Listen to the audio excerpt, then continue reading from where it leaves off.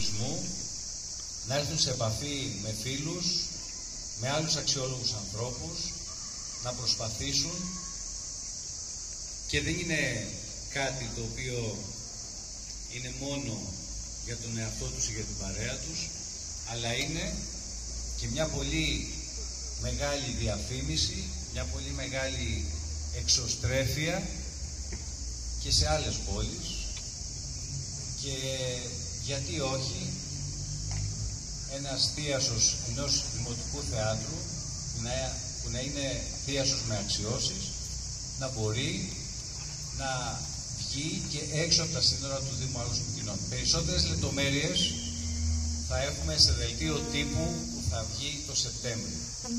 Αυτή τη στιγμή σας το ανακοινώνουμε.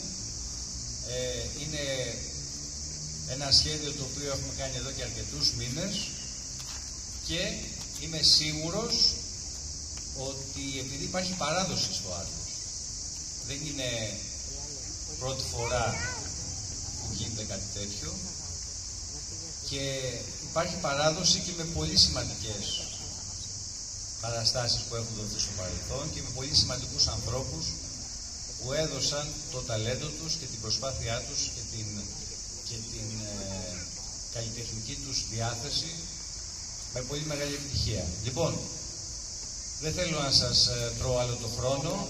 Μείνετε συντονισμένοι.